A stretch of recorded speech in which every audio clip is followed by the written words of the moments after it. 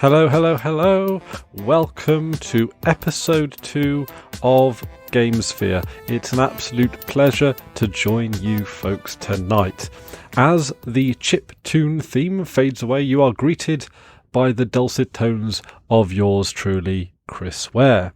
I am the host of the show, and we have some delightful treats for you today. So today we're going to talk a little bit about a very early in the works free and open source mystery game that you, the folks at home, might be able to participate in. I'm also going to talk a little bit about the Hitman 3 game that is due to release early next year. They have released a location, and I've got some thoughts on that. In FOSS Corner, we will be talking about a multiplayer game which, although may not be for everyone's taste, is an absolute delightful, beautiful, and charming turn-based strategy game. I will also be talking a little bit about, of course, Cyberpunk 2077 and whether or not we should perhaps temper our expectations a little bit towards it. I'm also going to be presenting you a rather charming little game on the Itch store. This is a racing game of sorts with a little bit of a twist. Nice little indie number. And I'll be talking more about some multiplayer antics that I've been up to. So, thank you very much for joining me, and also thank you very much to everyone for your feedback. I'll be talking a little bit more about feedback. The feedback section of the show I think I should probably leave to the tail end, because it often, I suspect, will involve going over topics we've already discussed, and, just for the flow of the show, as it were, I thought, when necessary, to come back to topics that I may not have covered sufficiently or may have missed something out or need some clarification on something from last week's episode. I will put that at the end of the show. But I did get a fair bit of feedback, and I just want to say thank you to everyone for it, and thank you to everyone for the well wishes on the show, on the new show, and it's very kind of you. If you do wish to leave feedback, or if there is anything you would like to see me cover, the best places to do so is to email it in. The email will be in the show notes, or to drop it off at the Destination Linux Network forums. Probably the game section makes the most sense, I suppose, and I'll put a link to that, of course, down in the description down below. But it is actually just really quite a nice place to pick up on some gaming news and all of that kind of stuff. So, and also if you have like a seed of something that you perhaps want to start a discussion about a particular topic, then drop a something in the forum there, perhaps a question or a link to something that has piqued your interest, and maybe you'll kickstart a discussion that will make it on the show, because that is what the very first item on today's docket is. So, and this is going to come directly from the Destination Linux forum. I was browsing there and I just saw this. It was left as of recording 2 days ago, but it'll probably be a little bit longer now once it hits the website. From a user by the name of Nice Micro. So I'm just going to read out the post because they can probably explain it better than I can, condense it at least. So anyway, they say, and of course I will link to this post down in the show notes as well, so that you can participate in the discussion, you can chime in and all that kind of stuff as well. But of course, in the spirit of what's been in the spirit of the discourse thus far, and I'm sure you don't need saying, but let's all keep things positive and polite here, especially considering that I have had nothing but delightful feedback. And of course, just as a side note, not every opinion that I've expressed in last week's episode was agreed upon. I said some things which I knew would perhaps not be met with universal agreement, and I'm not going to do that, because as I have found out, that the folks who listen to this show are intelligent and smart and empathic enough to know that we can actually have differing perspectives and to agree or disagree on things to varying degrees, and still have a constructive and thoughtful and entertaining discussion. Anyway, I'll cover more about that, but yeah, I do genuinely appreciate that those of you who did leave feedback on things you agreed with, things you disagreed with, all that kind of stuff. It's meaningful to me, just as a host, that you've all done so with, to my experience, no exception whatsoever. You've all done so in an incredibly thoughtful and respectful manner, and I really appreciate it. It makes me feel really like warm inside to know that the people who I'm speaking with today are good people. You know, good eggs. You're good eggs, a lot of you. Anyway, I'm waffling on. What am I doing? Let's get down to business. Okay, so this post by Nice Micro. They go, "Hello, DLN community. I'm Nice Micro, or Micro for short. A long-time listener of the podcast. I assume not this one, but there we go. And my video responses questions have also appeared in the show twice. I have recently joined forces with many like-minded individuals to develop an open-source social deduction game, which we named OpenSuspect, based on the OpenSus meme." Now, I can't say I'm familiar with the meme, but this does sound a little bit, I'm looking at the photo that is attached to the post itself, like it might possibly, don't necessarily want to go there too quickly, the open source answer to Among Us, maybe? Yeah, well, you know, that may not necessarily be hugely accurate, but that's kind of the vibe that I'm picking up here. Currently, the game is in early development, but we thought it would be fun to get some engagement with the community. If you are interested in contributing to a game now, it's easier than ever. Download our official character design PDF file, print it out, pick up the color pencils closest to you and start drawing. When finished, scan it, post it to our subreddit r/OpenSuspect, or if you are well versed in the art of editing multi-layered SVG files, download this template and start clicking in your favorite SVG editor, something like Inkscape, and post your design to us. If we like your design, we'll contact you about the details. So, it looks like, and of course there is links to Reddit and all the other bits and pieces in the works. But I must say, I really like the idea. I like Among Us, and Among Us, we did play Among Us in the most recent Destination Linux Game Fest. And actually, you know what? I was thinking about doing this for a lot of the games that I talk about, is that I'm going to put a link to the gameplay, the section of the gameplay when we played Among Us. I'm going to do that for a lot of the games that I play as well. So if you want to see sort of more extended gameplay of something, like a game that I talk about or a game that I play with people, and it is available on my channel where I keep such content, I'll link it through, so that maybe just like a 10-minute talking segment might not necessarily be enough for it. So I'll do so there. But yeah, OpenSuspect.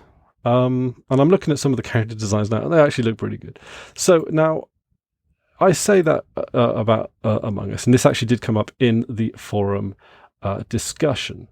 However, Micro says that it's an open source social deduction game set in the 60s divided Cold War era Germany.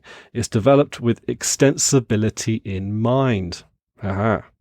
The rules are also not going to be a one-for-one copy of Among Us. We'll try to feature multiple styles of social deduction games in multiple maps, but no one can credibly deny the fact that without the success of Among Us, we wouldn't have started working on this project. Now, I must say, I am actually quite a fan of the social deduction genre. Not that there have been that many titles there. My personal favourite is the jankiest of janky games, Gary's Mod, particularly Murder. I think there's like one called Trouble in Terrorist Town. And they're like prop hunt game, there's prop hunt, which is, effectively hide and seek. And I think they do have an actual hide and seek game. But yeah, Gary's Mod, of course, is a sandbox where people can create their own games within it. And to me, that is at the heart of the great social deduction game. But the thing is, of course, is that Gary's Mod is kind of half open source, or at least it encapsulates the spirits of open source without being open source itself. It, of course, uses the Source 2 engine and the Source 2 assets. But it just offers you up a sandbox, and then people can throw whatever they like together. I just built spaceships in it, to be honest. But a lot of people put together some really good games. Really, really, really good games. And of course, one of the things that I'm most proud of creating on YouTube, and I don't know if this opinion is shared by others. Some people have said that they really like this, some people have said they really don't, is my Gary's Mod playlist that I've made with friends. I truly, truly, truly had so much fun making it, and also going back and watching it, and all those memories and stuff like that. And partly it's because it is so grassroots. It comes from the community. It's made by the people who play it. That's what appeals to me about things like indie games and open source games, and that kind of, like, to me, Gary's Mod is very much lightning in a bottle. They've taken a world-class engine and then put the means. They've put like an open source veneer on it in many ways. They've taken they've given you the means to create your own games. Wonderful, wonderful, wonderful, wonderful. Of course, it would be nicer if it was open source from top to bottom, but we do not live in a perfect world. So I will try and link to that as well.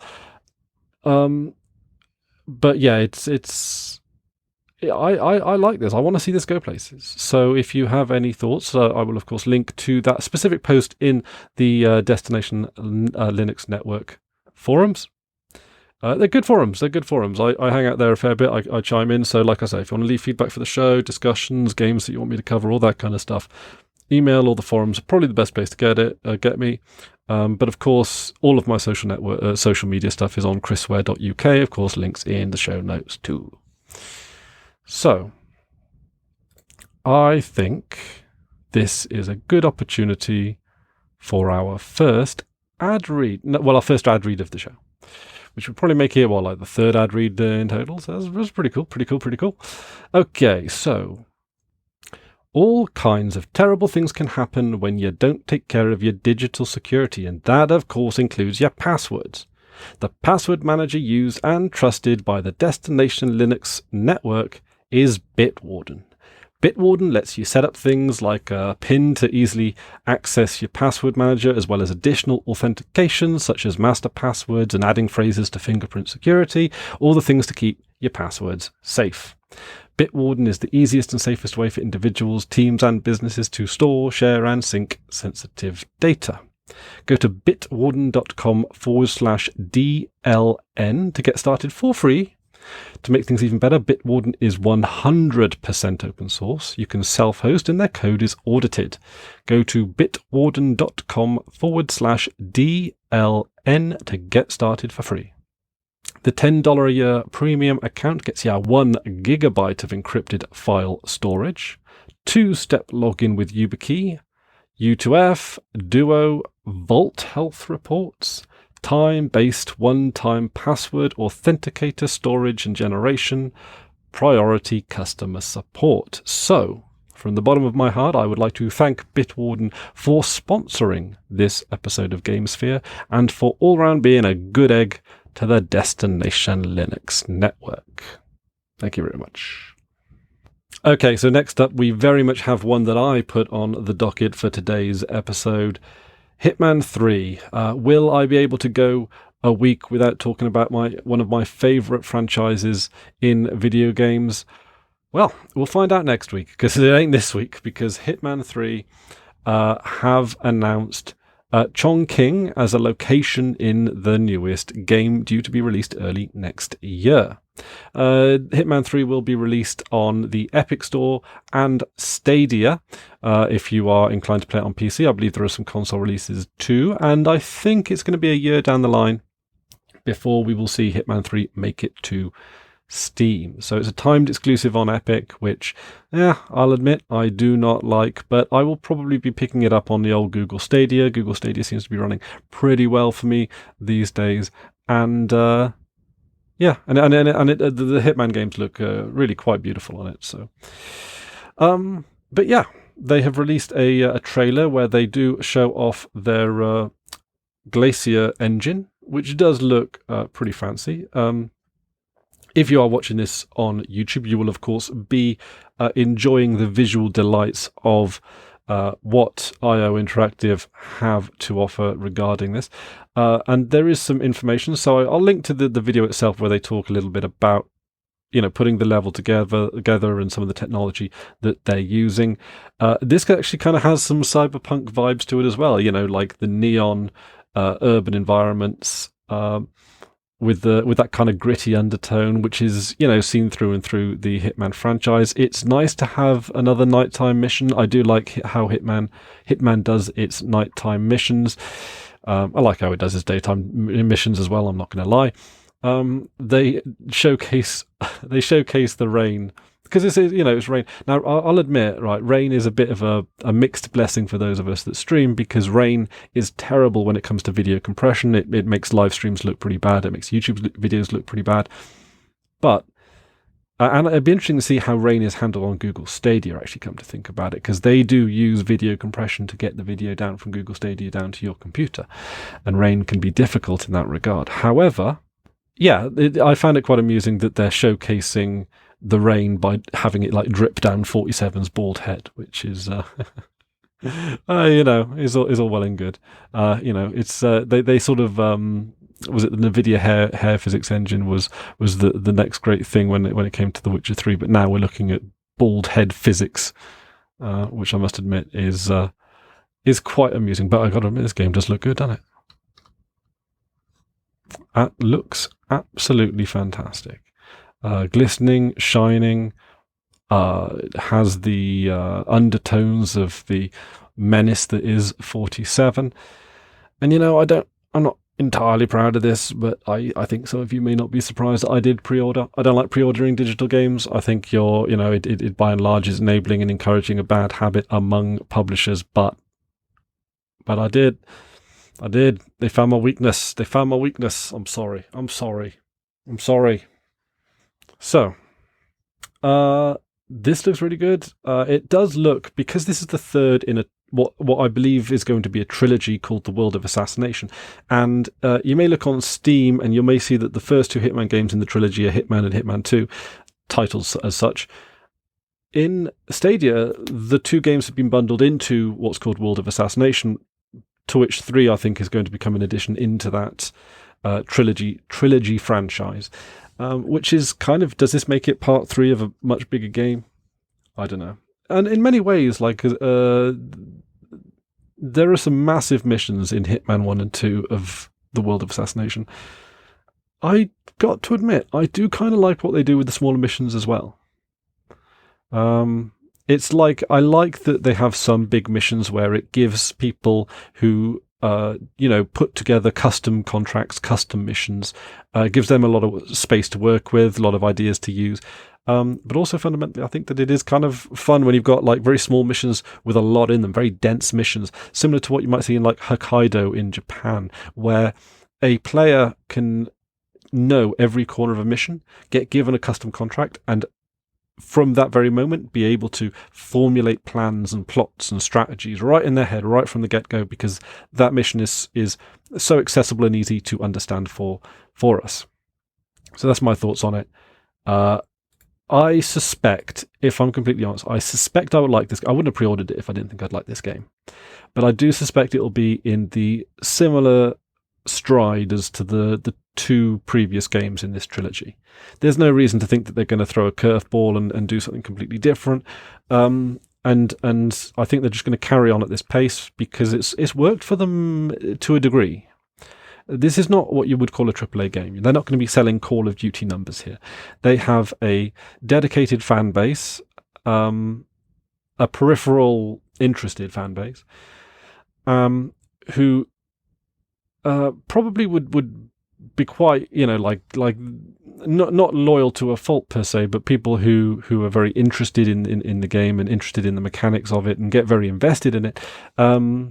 And by following a formula that's worked for them in the past, they're going to garner and maintain that core fan base. I think it isn't a game that is going to appeal to everyone. The Hitman games never are. Many people I know who have picked them up said that they're too difficult, because not only do you have to solve puzzles, because there is this puzzle element to the games, but you also in many cases have to do it within timeframes, and these timeframes aren't immediately obvious.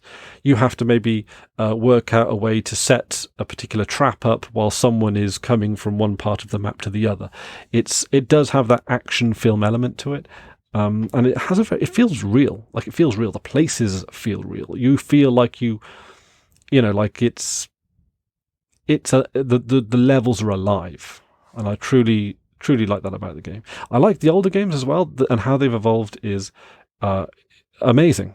And I must admit, it looks to me like the Hitman series, especially the newer games, are some of the most technically advanced video games we have, because the AI just demands so much complexity. Remarkable. They look so I'm just gushing at this point. We all know it. I'm going to look so forward. I'm looking forward so much to doing the review on this. So. But anyway, I'll put that on there because, quite frankly, I wanted to talk about it. I needed to talk about it. We all have those games, our Achilles heel. And the Hitman franchise is mine. Like, they've consistently done games that I've liked, some more than others, but they've never brought out a game that I have disliked. So anyway, good on them. And also the overall trend of the direction of the series is going in a way that I like, and that's always nice to appreciate. It's nice to appreciate the things that are going in the right direction. It's very easy sometimes, like in this day and age, in this particular godforsaken year, it's just so easy to pick out something that's trending in a bad direction and to fixate on it and focus on it and to let it guide our mood. When it's important to stop and smell the roses from time to time. Okay, next thing on the docket. FOSS Corner. And in today's FOSS Corner, we have a classic in FOSS gaming, an absolute classic. And also a game that is not going to be for everyone. I think that's going to be maybe a bit of a theme for a lot of this podcast. This isn't the game of the Call of Duty podcast. This isn't going to be the latest Mario Kart podcast. We are going to be looking at games that, to me, try something a little bit new. They try and break the mold a little bit. Not a hand-me-down from a giant corporation that's just seeking to monetize your attention. I am interested in something that genuinely pushes the walls of gaming. I think that's going to be something this podcast can be defined by in future episodes. I hope that's the case. And onto that, we have the Battle for Wesnoth, which can be found on Steam, hooray, the website, wesnoth.org, and most likely in the repositories of your favorite Linux distribution. It's available in quite a great many number of places. It may also be available on things like Flatpak and Snaps and all that kind of stuff. I don't know. It's easy enough to get hold of. Most people I know who play it almost have it installed without even sort of realizing it as much. It's a turn-based strategy game that kind of, to me, feels like a board game. And this game definitely comes into its own when you play it as a multiplayer game. When you have a randomly developed map, you have between 4 and 6 players, and you just build your armies and go at it. Set in a fantasy setting, a lot of the stuff that I like to play is the procedurally generated stuff, so like a random map, and then number of players, and then go. Just fight it out. They have campaigns that are quite fun. I got to admit, I find them a little difficult, but they are quite fun. There's map editors, there's public servers, there's all kinds of things that you can do. There's a huge modding community behind this game. I can't say I've explored that side of it particularly because there's just so much to the game itself. The lore is very interesting. The characters are very interesting. You got your humans, you got your elves, you got your dwarfs, you got your orcs, you got your goblins? No. Dwarfs, orcs. There's one I'm missing. Undead. You got your undead. You got a lot there, and they're all fighting it out. All with their pros and cons, all with their different strategies. And it's just so satisfying. I remember on one of my first games where I was the side called the Alliance, your human side, right? Your knights in shining armor side, right? And we were sort of occupying a particular section of the map, the grasslands, the wide open fields. And I think there were some trolls or goblins that were coming into my particular realm of the map. And just the satisfying sort of motion of my cavalry in a few turns just sweeping across the grasslands in their armored and on horseback, coming seemingly out of nowhere because they can travel so fast, and the unexpected horde of goblins were sent on their way, I can assure you. And it's things like that where you apply that strategy and it pays off. It is, you set up a plan, you set up a trap, you have a plan, someone falls into the trap, you execute your strategy. It's just a moment of delight. I can't even you want a satisfying game, it's good to set up something like a trap and to sort of have that have that sort of plan come to fruition. But when it's against multiplayer, when it's against your friends and all that kind of stuff, and it's a battle strategy, oof, oh boy. That being said, although the game on the surface looks like it can be quite complex, it's actually rather quite simple. You just have a map. You have your castle. Everyone starts in their little castle. You can recruit soldiers of any type of that you wish. So if you were a human, for example, you could recruit your archers, your foot soldiers, your people on horseback. There are, all the people that you would want. And you use those characters to then go and occupy villages, and those villages then produce wealth for your kingdom, so that you then may grow your armies further, using those armies to conquer the land. And of course, your opponents have the same objectives. It really is as simple as that. I guess you might call it a slight downside, but really it just comes with the territory, is that if you've got a game of about 6 people, it can take a little bit of a while for all the turns to go around. You've got 6 people taking their turns, working out their strategy. You can do things like put time limits on a turn, but if you've got a lot of troops, a time limit is going to be difficult and in many ways unfair. You might be someone with a small number of highly powerful troops. You might be someone who's got a huge army of undead, or a huge army of very low-level troops, your foot soldiers or whatever. And one army is going to require a little bit more, clicking around and working out than the other. If you've got a few if you've got a crack team of very highly advanced troops, and you've gone for quality over quantity, then it's easy to scope it out. But that is just something that comes naturally with the game itself. I love this game. It is amazing. And you know what? Shamefully among my fellow open source enthusiasts, I only started playing this game this year. Don't know what I'll be missing. I remember even installing the game decades ago, it seems, and really not giving it the chance that it wanted. Now, single player is good and all, but to be honest, I do truly encourage anyone who looks at the Battle of Wesnoth, looks at the aesthetic, looks at the lovely artwork, the beautiful soundtrack, and gets enamored by those parts of the game. I encourage you to try and find some friends and sit down and just have a game in an evening. The games are not short. They're a couple of hours ago. This is true. But it's worth it. It's a good... Think of it as a board game. And of course, the winner is the person who... So you start off with your character, your king, as it were, and you are out when your king dies. Your king is a good fighter, but obviously not invincible, and they level up. Like all of your characters, all of your troops, they level up the more fighting they do.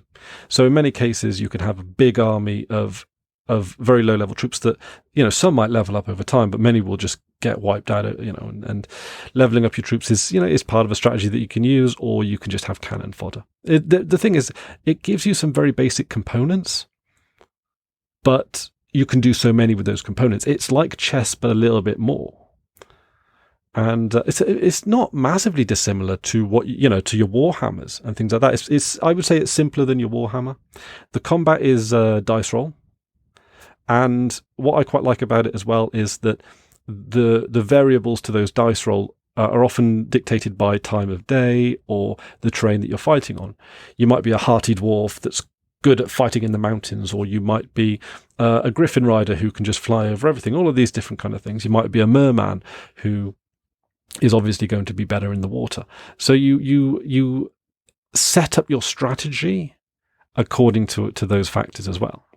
And if, for example, you are the undead, if I remember correctly, work better at night, but then your humans, knight in shining armor types, they're going to be better in the daytime. So if you're a human, you might want to wait until daytime to attack the army of the undead, or if you're the army of the undead, vice versa. You do have mages and magic and stuff like that, but the magic dynamics are quite straightforward and quite simple.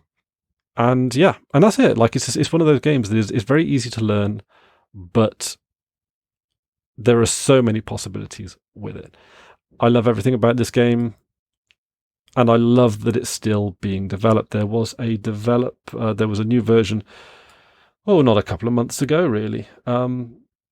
It's available on Windows, Mac, Linux. You can get the source code, and it says here on the website that there is an iOS and Android version available. So I have not played the mobile versions. It's got 4 out of 5 stars on the Google Play Store, and it's PEGI 7. So I must admit, I don't want to. It might be a slightly more cerebral game for a 7 or 8 year old, but I don't know. Hey, well, I don't know. Chalk it down to education. It's probably quite an educational game. It's one of those games that probably, it's very good for the brain, I would imagine. Coming up with strategies, coming up with problem solving, and outwitting your opponent. So, yeah, there we go. For what it's worth, since I'm just looking, I've got the page right in front of me. In terms of system requirements, you're looking at so Windows, Mac, or Linux. You're looking at a dual core 2 gigahertz or better. You want 2 gigabytes of RAM, 800 megabytes hard disk space, a display of at least 800 by 600, keyboard, mouse. In terms of recommended, they recommend 4 gig of RAM, 2 gig of disk space, and a larger than 1024 by 768 screen. So you can tell just from the specs, this is quite an old game. Also, another thing I love about the game, as if like I'm just gushing over games I love today, aren't I?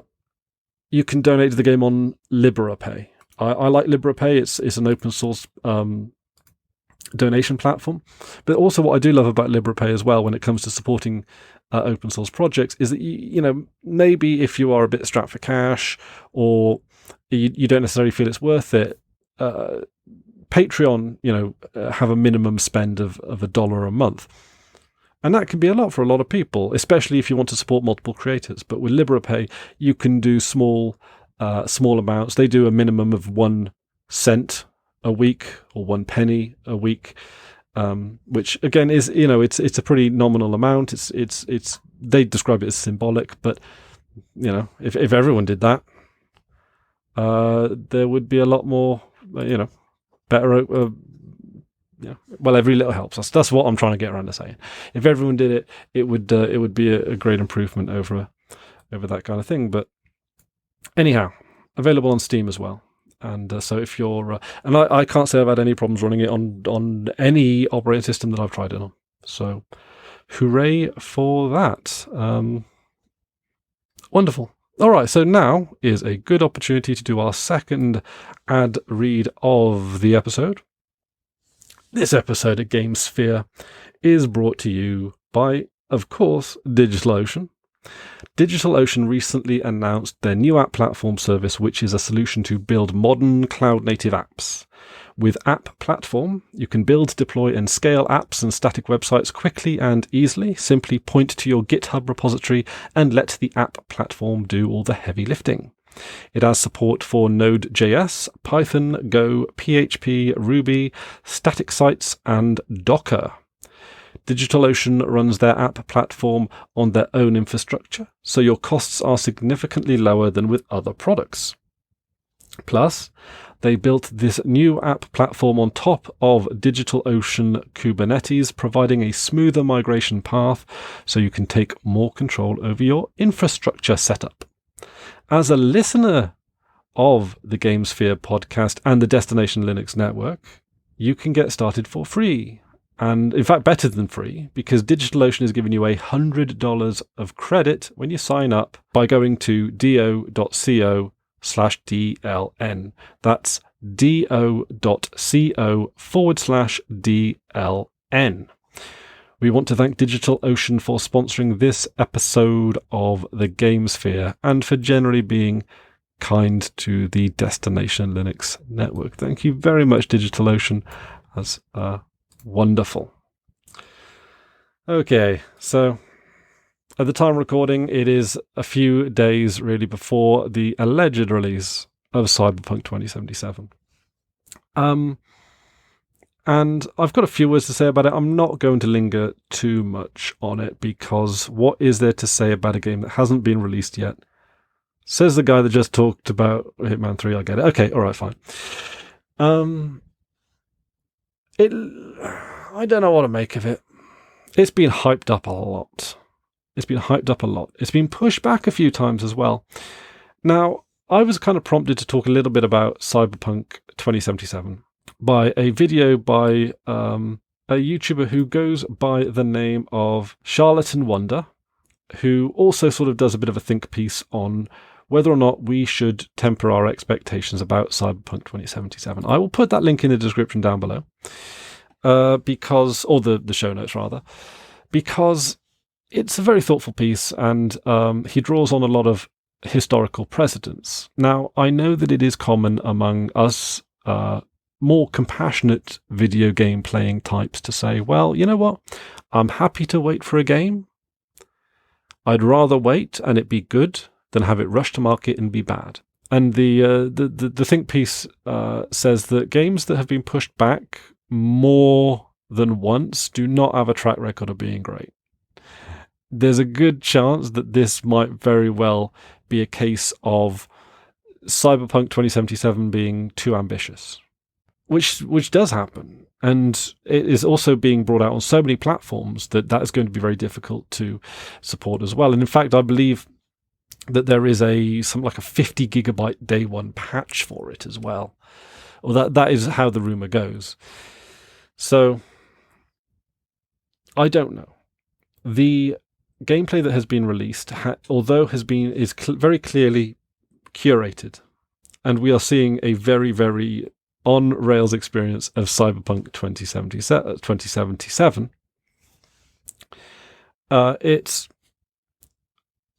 I'm going to wait until the initial reviews are out before thinking about buying it. It's not a cheap game. And we've been let down by this before. Like people are sort of describing it as Deus Ex meets Grand Theft Auto. If that's the case, then that's a genre trailblazer, as I've said previously in this episode.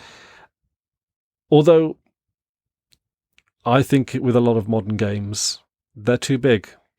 I really liked Assassin's Creed Odyssey, but that game was far too big. Too big. Maybe it's because I'm getting older and I don't have the same amount of hours in the day as I did as a teenager. Or maybe I don't have the energy, who knows. But I think that there is something to be said for a small game that is done well. It looks beautiful, but and the neon darkness is just delightful. But one of the things that tempered my expectations right from the beginning is that Cyberpunk is a philosophy and an ideology which does not suit itself to corporate culture. And a video game that has been merchandised as much as Cyberpunk 2077, I feel misses the spirit of punk, basically. Punk, Cyberpunk, the whole thought process and philosophy around it, I feel could quite possibly be missed. Could be wrong. But like I say, something that's been merchandised to high heaven as much as this may very well. And, you know, I am to a degree aware of corporate culture in my working life and how much of a machine it functions as. But I don't know. We'll have to see. I will certainly be looking at reviews because it looks good, and I'm interested in a spiritual successor to Deus Ex, because I do feel that Mankind Divided, well, it had its highs and lows. I'll talk about that one in a future episode. I'm working on a particular perspective to look at that game. But I'd be interested to hear your thoughts on it, either in the pre-run-up to or the pre-release hype and your thoughts on that, or lack thereof, or pre-release caution, or anything like that. I suspect just judging from the lay of the land, that most people will probably be on the same page as me with this one. Wait for initial reviews. With digital distribution, there's no point in jumping into pre-orders. Says the guy that pre-ordered Hitman 3. But yeah. And I don't know. It's a lot of money to put down. So I think I will wait and see how it goes. But to be honest, if I'm completely honest, it'll have to be really good to enamor me to pay day one price. I might wait until it comes down. I might wait for a sale in a couple of months' time. I don't know. So I think I've said all about I can for that, and we're running out of time. So I've got 2 other sections that I want to get through today. The first is a new segment to the game. New segment to the game Sphere, which is cheap games. I was going to call it cheap but not free, but this game actually is on 100% sale on itch.io, and it's available from, if my maths is correct, like 8 days, maybe a week after this episode is released. Available on the itch store. This is called Ryza Roads. Now, Ryza Roads is usually $3.99, so that's nearly 4 of your American bones, but it is currently on 100% off sale. It is also available in the Microsoft store, if that's where you like to buy your games. But yeah, it's available in the itch store. I personally run it using the Wine. So I've got Wine installed on my Linux distribution, and that allows me to run it through the itch store. Wonderful little gadget they've got there. I love the itch store. Itch store's wonderful. I use it to find a lot of open source games. But Ryza Roads, this is an interesting little game, and is definitely worth trying for free. You're not going to get hours and hours and hours and hours and hours, days of content out of it. It's a pretty, I don't want to say one-dimensional driving game, but it is quite a, it ain't exactly Grand Theft Auto, but you've got an open world driving game, right? So you've got an island that you're on, you've got a garage where you can buy cars for it, and you can buy cars with money you make from winning time trials and races. It's very simple. You race in various different vehicles. So you start off with a little Jeep. I was racing in a shopping trolley, which was quite fun. You can race in a sports car if you get up to that level. There are planes and boats. So you got your land, sea, and air covered. You got your off-road racing. You got your little, so I was going to say city racing, but the city that I was racing around is quite small. It's more like a village with tall buildings, I guess. I don't know. It's kind of scaled down in a cute little way. But yeah, no, it's a fun little game. I really quite enjoyed myself with it, bouncing around the hillside in various different vehicles. Sometimes it can get a little bit frustrating when you lose a time trial. You have to hit a certain number of checkpoints in a certain amount of time. So it's kind of got that. It's got a very arcadey feel to it. But if you're just looking for a good old bit of driving fun, yeah, I kind of had a lot of fun. I was spending some time on it today. Really quite enjoyed it. So there you go. And I'm going to do a segment quite regularly on just games that are quite inexpensive. You know, just something you can pick up from the itch store, the Steam store, maybe GOG when I'm about there. So there we go. Now, I am running out of time here, so I'm going to jump straight to the viewer feedback. And I've had quite a lot of viewer feedback, like I said, and thank you very much for your kind wishes and thoughts and all of that business, which is very heartwarming. Like genuinely, it's very heartwarming, very meaningful when people take time out of their day to wish me luck. And I like to thank everyone.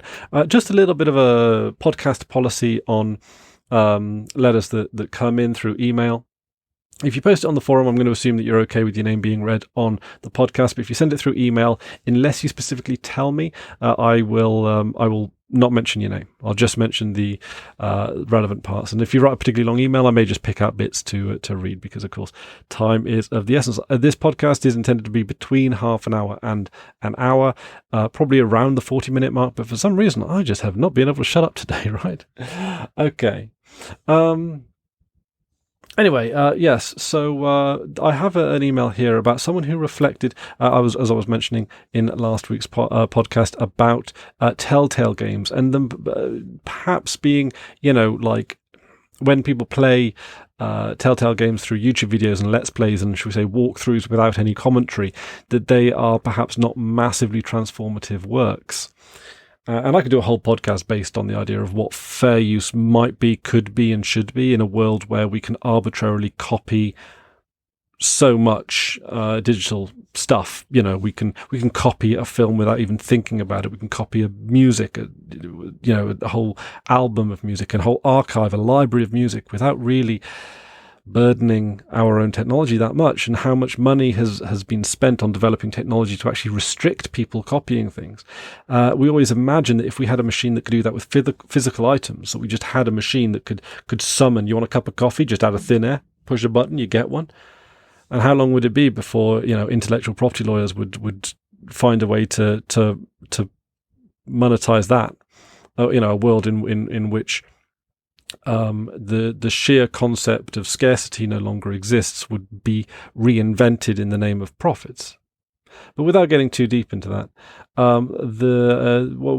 one of you kind folks emailed in saying that sort of remarking on how the Telltale Games is a natural evolution on the old point-and-click adventure games, which I thought was a really good point, because it reminds me of Beneath the Steel Sky, a game that's actually available in quite a lot of Linux distribution repositories.